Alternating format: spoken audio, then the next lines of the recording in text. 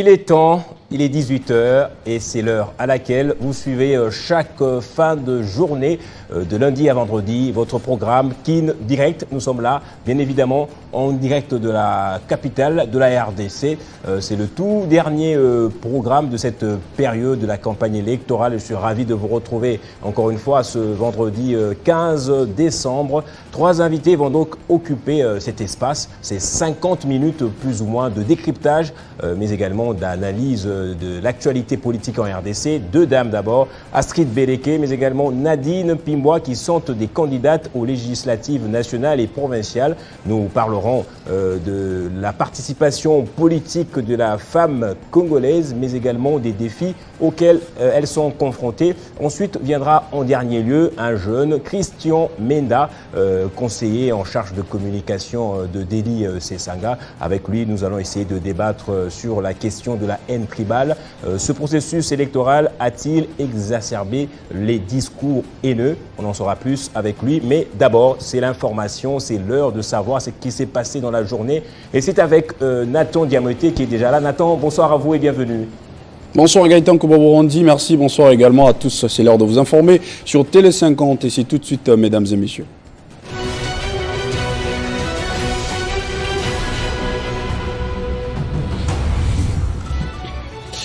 À la une de l'actualité, après la province du Lualaba, les candidats président numéro 3, Moïse Katumbi Chapwe, poursuit sa campagne électorale à Fungurume et Likasi, où les leaders d'ensemble a tenu successivement son meeting au cours duquel il a critiqué la gestion actuelle du pouvoir et promet d'améliorer les sociales des Congolais une fois élus. Clôture de la session ordinaire de 15 septembre 2023, conformément aux articles 115 de la Constitution et 82 du règlement intérieur de la Chambre haute du Parlement. Modeste Bahati Lukwebo, speaker du Sénat, a prononcé un discours qui consacre également la fin de la 3e législature de la 3e République. Modeste Bahati brosse un bilan positif de cette législature qui a connu une riche production législative avec plus de 208 lois votées qui touche tous les domaines de la vie nationale. À quelques jours des élections générales en République démocratique du Congo, Modeste Bahati souhaite la tenue des élections apaisées et invite les Congolais à opérer un choix utile pour leur avenir. Et puis enfin, s'agissant des constructions anarchiques construites dans les sites Poulmalebo, la société Congo International Investment Group annonce un ultimatum de 6 jours à dater de ce 15 décembre pour la destruction de ces maisons construites pas dans les normes. C'est l'administrateur de cette entreprise, Guillaume Mouyembe, qui a livré l'information à la presse. Fin de ces titres qui vous seront développés dans la grande édition des 19 h. Entre-temps, Kinshasa Direct se poursuit avec Gaëtan Kouba-Burundi et ses invités. Retrouvez toute l'actualité en continu sur www.tele50.cd.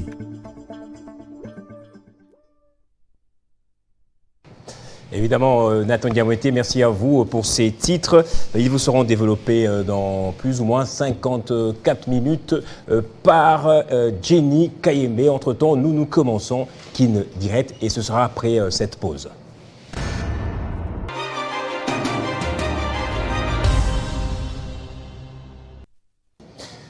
Astrid Béleke Njemba, actrice politique, mais également candidate aux législatives nationales dans la circonscription de Lukunga. Bonsoir, Madame Béleke, et merci d'être là à Télé 50. Bonsoir et je vous remercie, monsieur le journaliste. Alors, vous êtes également maire, économiste, présidente de l'Association des femmes ressortissantes de la province de la Chuapa, et la cerise sur le gâteau, présidente de la Ligue des femmes de l'AREP, le grand parti politique de Guy Luando. Alors, quel a été votre parcours politique pour finalement atterrir comme présidente de ce parti politique? Merci pour la question.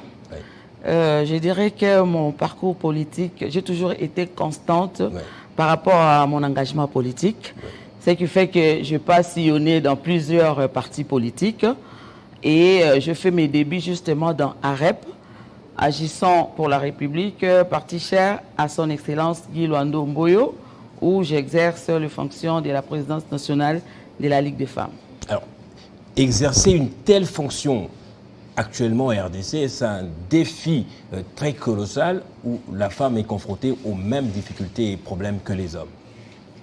Bon, je dirais que la femme, il y a eu certes beaucoup des avancées, parce qu'il y a quelques années en arrière, on dirait que la femme était incapable d'occuper aussi des postes importants au sein d'un parti politique. Parce qu'il n'y avait pas déjà beaucoup de femmes dans les partis politiques. Les postes clés dans les partis politiques étaient occupés par majoritairement les hommes.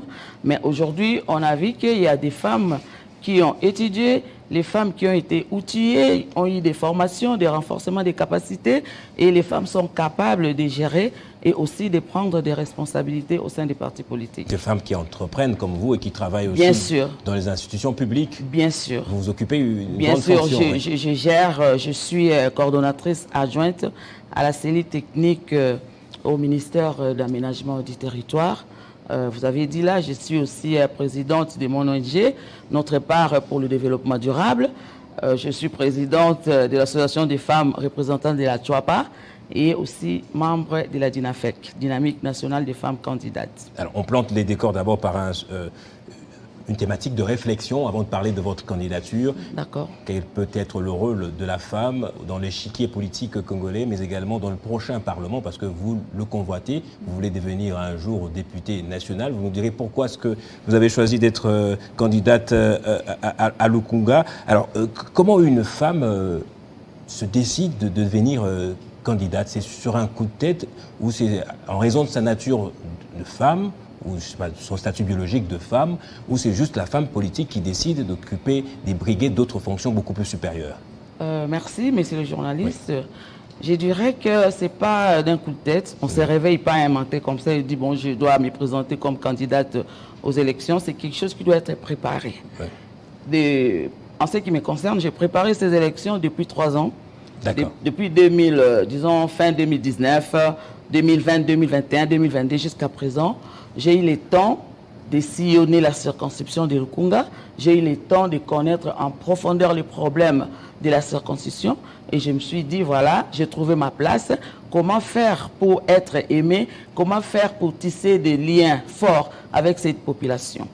C'est comme ça que je me suis décidé finalement de me présenter comme candidate à la députation nationale. Alors, vous savez qu'il n'y a pas de circonscriptions faciles, en tout cas. Pour ce qui concerne les districts en RDC, il y a des candidats qui sont réélus à chaque cycle électoral. À Lukunga, il y a des noms qui sont très reconnus aussi.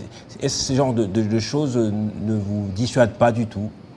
Pas du tout, pas du tout. Moi, je vous dirais exactement que j'ai trouvé vraiment ma place. Votre force, vous la puisez mes forces, votre espoir aussi, oui. Ouais, mes forces, je les puise dans les activités. Oui. Beaucoup des actions, des activités que j'ai posées au niveau de la circonscription de la Lukunga.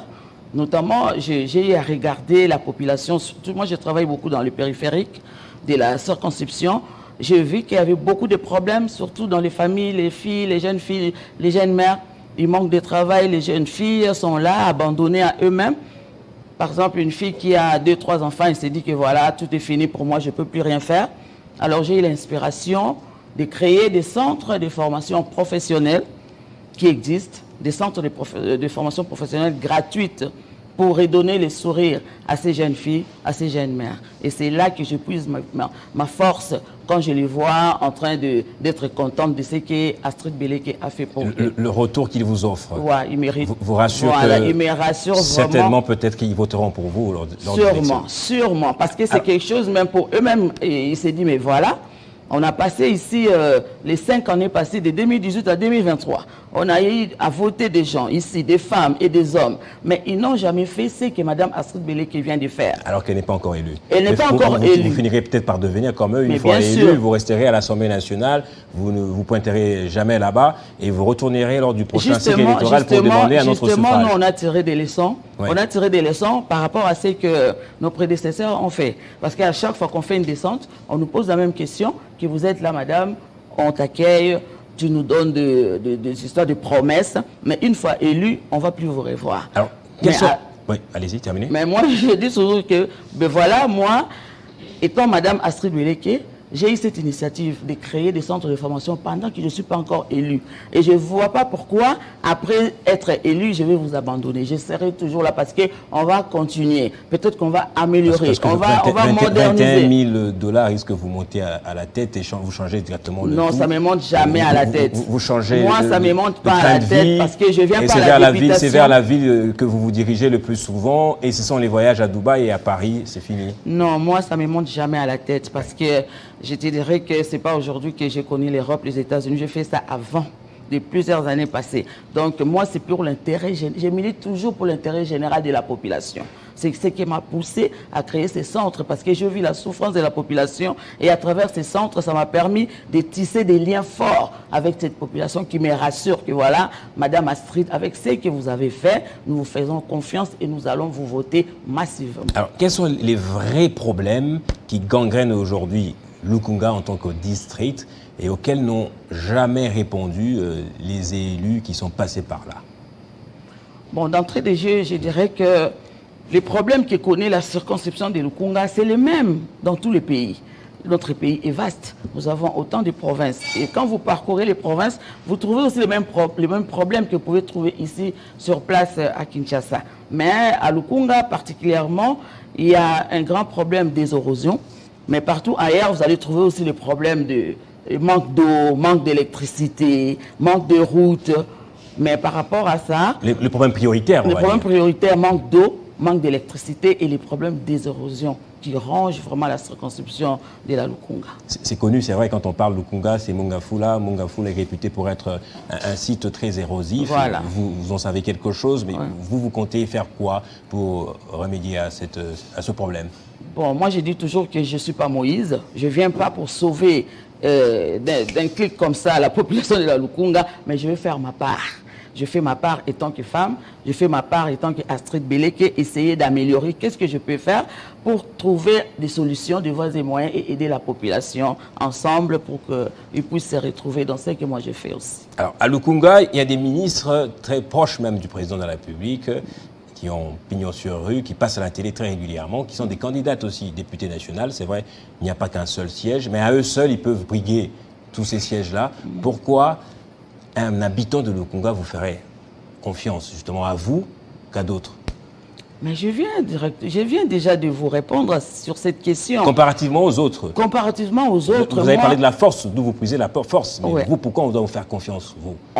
On doit me faire confiance. J'ai dit même, on doit me faire confiance parce que ce que je fais, j'ai des témoignages des femmes, des filles mères qui m'appellent à tout bout de champ pour dire que Madame Astrid, c'est que vous avez fait. Et je vous dirais aussi que les centres de formation en question, les formations sont gratuites. En plus, les formations sont gratuites et la population est tout à fait d'accord avec moi pour dire que voilà, on va te faire confiance et cette fois-ci, madame, on va te donner la chance parce qu'on voit déjà que tu n'es pas encore élu, mais voilà ce que tu fais. Et quand tu seras élu, c'est sûr que tu vas faire encore plus. Par rapport même, je sais que Lukunga, il y a des grosses pointures, il y a des ministres, il y a des gens qui ont beaucoup de moyens, mais même tu peux avoir beaucoup de moyens, mais tu n'as rien fait.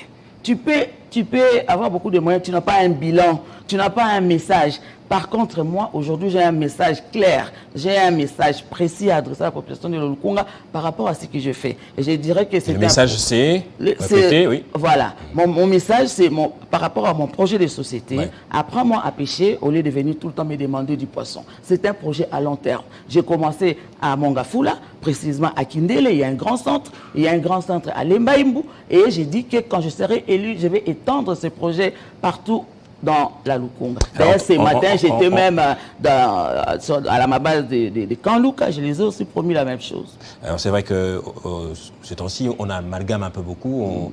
On prend un député national pour un agent social qui est un philanthrope aussi. Bon, tout le monde le sait et c'est accepté comme ça. Mais en tant que législatrice, en tant que vrai député national, quel sera votre rôle au sein du Parlement en tant que député national qui va défendre Lukunga? Merci. Moi, dès que je serai élu, la première des choses, je vais faire ce que les autres n'ont pas fait. Je vais vraiment faire ce que les autres n'ont pas fait. Je vais assouplir, je vais essayer d'améliorer les textes des lois. Voilà. Je vais améliorer les textes des lois pour assouplir, surtout pour demander l'octroi des crédits financiers, crédits agricoles. Parce que vous pouvez voir une femme au fin fond de Mongafula, par exemple, elle a tout un magasin, elle vend de la braise et tout ça. Mais si tu la demandes, maman, est-ce que vous avez déjà eu un crédit financier de la part de l'État? Elle te dira non. Mais en revanche, elle te dira, j'ai déjà reçu un crédit de la part d'une banque privée. Vous voyez que ça, c'est anormal. Alors, nous demandons vraiment au gouvernement de pouvoir faire en sorte d'aider ces femmes-là à pouvoir avoir des crédits financiers et aussi des crédits agricoles pour celles-là qui font de l'agriculture. Et ça va aussi générer de l'emploi, ça va alléger la famine et ça va soulager beaucoup de familles.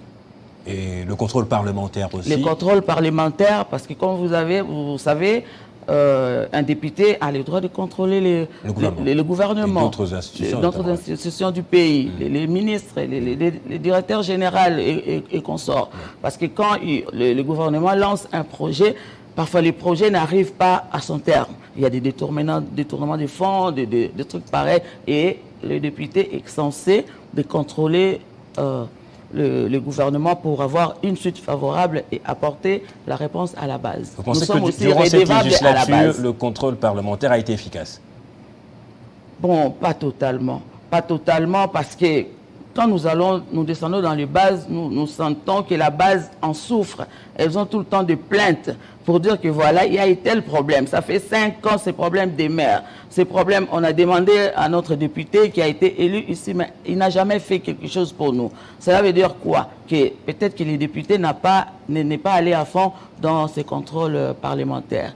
Et aussi, les députés, ils ont aussi des vacances parlementaires. Pendant les vacances parlementaires, les députés sont censés de rentrer à la base pour voir un peu la situation, à quel niveau ils sont arrivés, qu'est-ce qui s'est passé, qu'est-ce qui s'est amélioré. Mais dans beaucoup de cas, c'est vraiment regrettable que les députés ne font pas ça. Alors peut-être on va terminer par ici. Il existe également une association appelée Les Amis d'Astrid Belleke. C'est quoi son rôle? Avant que je vous pose la dernière question sur la femme et sa participation politique.